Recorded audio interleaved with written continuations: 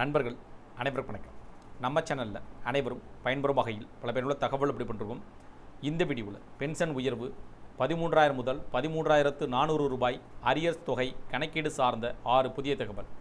என்ன வகையான தகவல்கள் வெளியிடப்பட்டுள்ளது, இதன் மூலமாக பென்ஷன் உயர்வு ஓய்வூதிய உயர்வு யாருக்கெல்லாம் கிடைக்கும், எந்தெந்த பென்ஷனர்களுக்கு 13,000 முதல் 13,400 ரூபாய் அரியர் தொகை கணக்கீடுகள் பற்றி அதற்கான ஃபார்முலாக்கள் எதுவும் உள்ளதா, அதற்கான வழிமுறைகள் எதுவும் பின்பற்றப்பட வேண்டுமா, என்ன வகையான வழிமுறைகள் உள்ளன, என்ன வகையான நிபந்தனை அடிப்படையில் இந்த கணக்கீடு செய்யப்படுகிறது என்பது பற்றி முழு விவரங்கள் பார்க்கலாம்.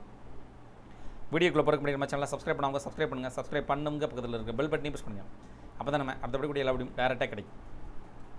பென்ஷன் வாங்கும் ஓய்வூதியர்களுக்கு அவ்வப்போது அகவிலைப்படி உயர்வு, அகவிலைப்படி நிலுவைத் தொகை, புதிய ஊதிய குழுவின் அடிப்படையில் கிடைக்கக்கூடிய பென்ஷன் உயர்வு, கூடுதல் ஓய்வூதியம் கணக்கீடு பற்றிய அறிவிப்புகளும் தகவல்களும் வெளியிடப்பட்டு வருவது குறிப்பிடத்தக்கது.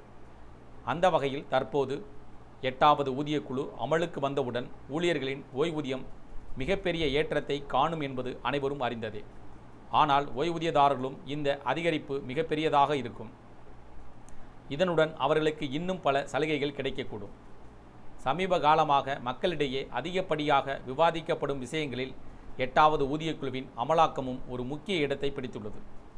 குறிப்பாக மத்திய அரசு ஊழியர்களும் ஓய்வூதியதாரர்களும் இதற்காக ஆவலுடன் காத்திருக்கின்றனர். 7வது ஊதியக்குழு அமலுக்கு வந்து சுமார் 10 வருடங்கள் ஆகிவிட்டன. அதன் பரிந்துரைகள் டிசம்பர் 2025 நிறைவு பெறும். இதன் பிறகு ஜனவரி 2026 முதல் அடுத்த ஊதியக்குழுவான 8வது ஊதியக்குழு அமலுக்கு வர வேண்டும். இதற்கான பணிகள் இப்போதுதான் வேகம் பிடித்துள்ளதால் இது 2026ஆம் ஆண்டின் மத்தியில் அல்லது 2027ஆம் ஆண்டின் தொடக்கத்தில் அமலுக்கு வரும் என எதிர்பார்க்கப்படுகிறது. 8வது ஊதியக்குழுவின் பரிந்துரைகள் சமர்ப்பிக்கப்பட்டு அதற்கு அரசாங்கம் அங்கீகாரம் அளித்தவுடன் மத்திய அரசு ஊழியர்களின் ஊதியம் மற்றும் ஓய்வூதியதாரர்களின் பென்ஷனில் 30 முதல் 34% வரை நேரடி அதிகரிப்பு இருக்கும் என நிபுணர்கள் கருதுகிறார்கள்.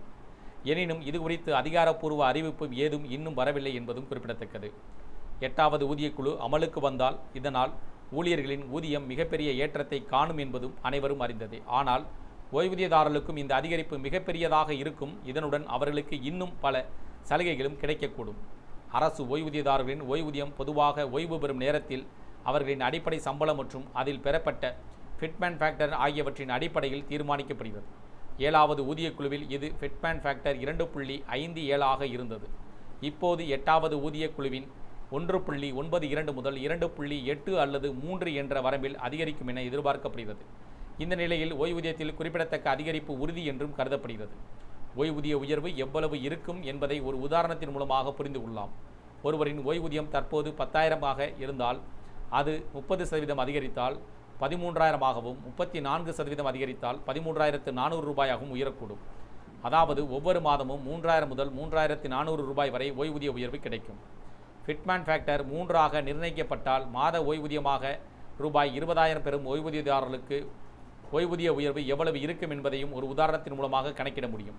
அடிப்படை ஓய்வூதியம் மாதத்திற்கு 20,000 ரூபாய், அகவிலைப்படி தொகை 55% 11,000, மொத்த ஓய்வூதியம் மாதத்திற்கு ரூபாய் 31,000. ஃபிட்மேன் ஃபேக்டர் 3 மாறினால் அடிப்படை ஓய்வூதியம் 60,000 ரூபாயாக அதிகரிக்கும். டிஏ 0 மாறினால் மொத்த உயர்வு மாதத்திற்கு ரூபாய் 29,000 இருக்கும்.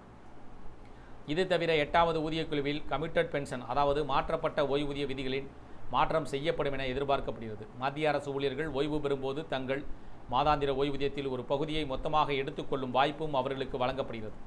இது ஓய்வூதிய மாற்றம் அல்லது கமிட்டேஷன் ஆஃப் பென்ஷன் என்றும் அழைக்கப்படுகிறது.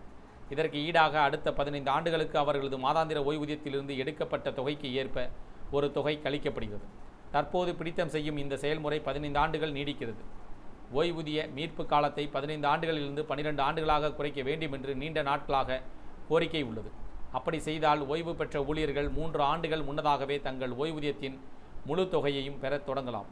இது அவர்களுக்கு வயது மூப்பின் மருத்துவம், சமூக பொறுப்புகள் அல்லது குடும்ப செலவுகளை சிறப்பாக கையாள உதவும். 8வது ஊதியக்குழுவில் இந்த மாற்றம் செய்யப்படும் என நம்பப்படுகிறது. இந்த முறையில் 8வது ஊதியக்குழு அமலுக்கு வந்தவுடன் ஓய்வூதியதாரர்களுக்கு மற்றும் பெரிய நன்மை கிடைக்கும் என்றும் எதிர்பார்க்கப்படுகிறது. புதிய அடிப்படை ஓய்வூதியம் முடிவு செய்யப்பட்ட பிறகு அதில் அகவிலைப்படி டிஏ சேர்க்கப்படும்.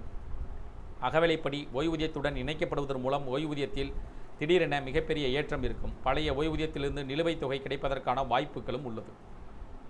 இந்த தகவல்கள் பற்றி, அறிவிப்புகள் பற்றி, எதிர்பார்ப்புகள் பற்றி, கோரிக்கைகள் பற்றி, கணக்கீடுகள் பற்றி உங்களுடைய கருத்துக்கள் வேறும் இது சார்ந்த கூடுதல் விவரங்கள் கமெண்ட் செக்ஷன் வந்து பிடிச்சிருந்தால் லைக் பண்ணுங்கள். முடிந்தவரை இந்த வீடியோ உங்களுடைய நண்பர்கள், உறவினர்கள் அனைவருக்கும் ஷேர் பண்ணுங்கள், ஃபாலோ பண்ணுங்கள். மறக்காமல் நம்ம சேனலை சப்ஸ்கிரைப் பண்ணுங்கள். சப்ஸ்கிரைப் பண்ணுங்க, பக்கத்தில் இருக்குது பெல் பட்டனையும் ப்ரெஸ் பண்ணுங்கள். அப்போ தான் நம்ம அடுத்த வீடியோ எல்லா வீடியும் டேரெக்டாக கிடைக்கும். தேங்க்யூ ஃபார் வாட்சிங்.